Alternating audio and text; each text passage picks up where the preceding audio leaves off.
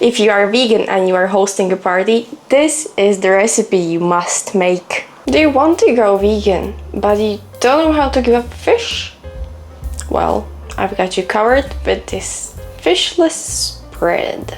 Welcome to my kitchen, and today we are going to make something really special, because if you gave this to a meat eater, I am 100% sure that they will not know that this is not from fish. Please excuse my appearance, it's really hot in my kitchen.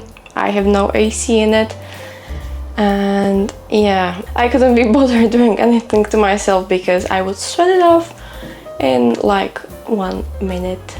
But yeah, basically what this fishless spread will be about is basically a vegan mayo that will be spiced with nori sheets, and the tuna or the fish will be imitated by some chickpeas, and then we are going to add a few more ingredients to make it even better. If you like fish, you will for sure like this recipe, and what I can tell you is that this one is really high in protein. It's also high in omega-3 fatty acids because we are going to use rapeseed oil, which is high in those. And yeah, let's get into that. Okay, so first we need to pour in 150 milliliters of rapeseed oil. I'm going to use a new bottle, so wish me luck to not spill it everywhere. So we are going to use 150 milliliters of oil.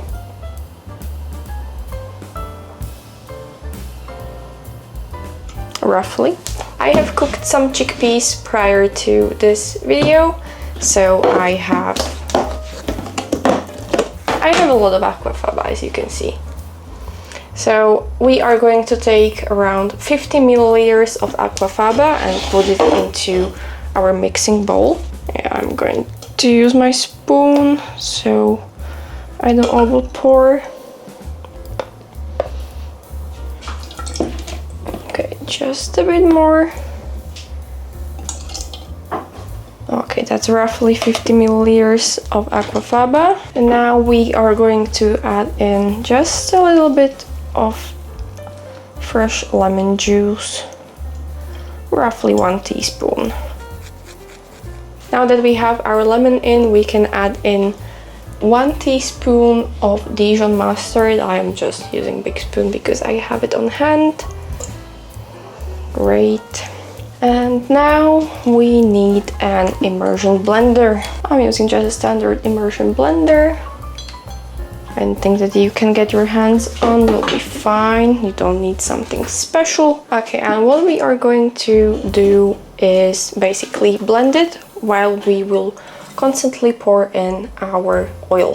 So I have my immersion blender on minimum, and we are going to blend it. You can see that it is thickening, but we need to pour in more oil because this will break very soon.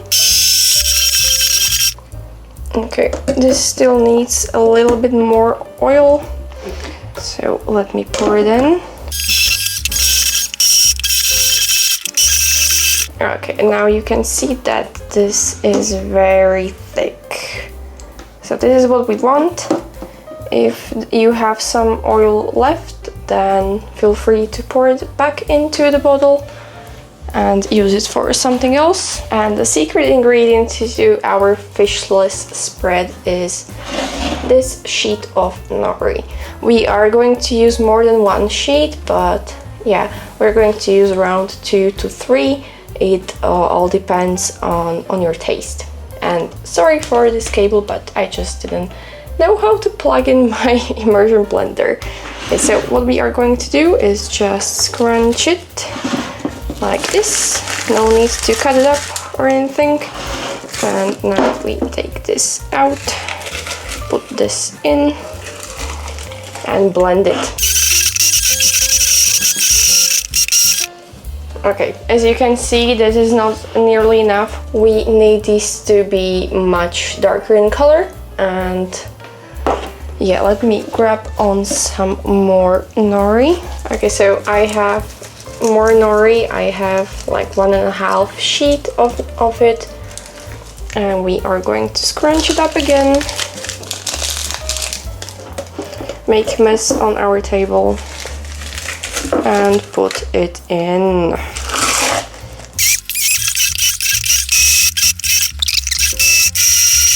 Okay, now that it's this color, nice and green, it should be all good, but we are going to add just a few spices and clean up this mess that we made, because I hate having mess in my kitchen. Okay, so now we can add in some salt, or if you don't want to do it right now, you can add it afterwards when you assemble the fishless spread in a bowl. Just give it another blitz. Okay, I think that this should be just enough for our very, very fishy mayo. Okay, so the next thing we are going to do is mash around 220 grams of chickpeas, which equals 1 can of chickpeas if you are using canned chickpeas. And we are going to mash it just with our hands. I have cleaned my hands, so it should be fine. So basically what we are trying to do is mush them into a paste, so they still have some texture, so they're not that mushy, but we don't want like full pieces of chickpeas. So basically what we are trying to do is something like this. What I use is my knuckles. I just push in to the chickpeas and they break very easily. Then I just squeeze them with my hands in the bowl until we are left with a weird paste or paste-like consistency. We don't want to make like a smooth. It should still have some texture. And so just try and break up the consistency of the bigger ones. This is kind of messy, but trust me, this will taste awesome. Okay, so now I am just searching for the bigger pieces so I can break them down. As you can see, the texture is just as we wanted. It's kind of crumbly. So now I am just looking for those pieces that stayed whole. I'm just breaking them up, making them fly over the kitchen. Okay, no needs to be perfect here. Something like this where you still have some bits and pieces should be just fine. Okay, now that we have this ready, we are going to add in around half of a red onion, finely diced. Okay, and now we are going to add in the mayo. As you can see, it is very thick, both because of the oil that emulsified with the aquafaba, but also because we put a bit of nori in here. I didn't taste test this because, as I said, we are going to be seasoning everything in this big bowl, so no need to be scared of this not tasting good enough. Also, if you would like, you can use this mayo just by itself on a piece of toast or however you like, but I am going to put this all in this bowl.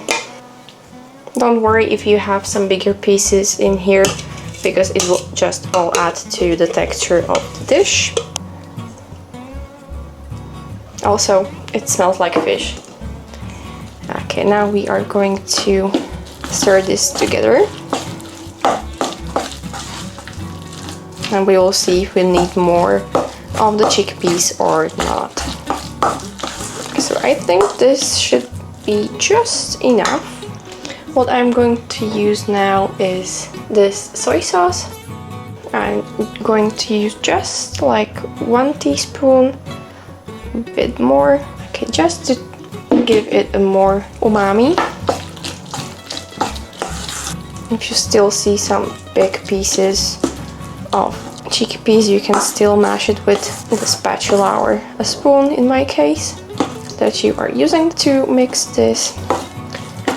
And yeah, basically we will be left with a mess like this. And now we can taste test and adjust. This needs a lot more of the lemon, and also we need quite a bit of salt, as it is not salty enough. And we will also use black pepper. Okay, now mix it together. Sorry, my camera has overheated, but basically what I did was just add a bit more of salt and also some lemon juice and black pepper, so it tastes very good. And now we have to just assemble our lovely bread. Now we are going to take our fishless spread, put it on nice and generously, because we can. And to make it a bit more interesting, I'm going to use microgreens just on top. This is some radish that I have bought, but I could have sprouted it myself. But yeah, whatever. And this is our lovely bread assembled. This is how the spread looks, loaded on a nice and fresh slice of sourdough. It just looks so good.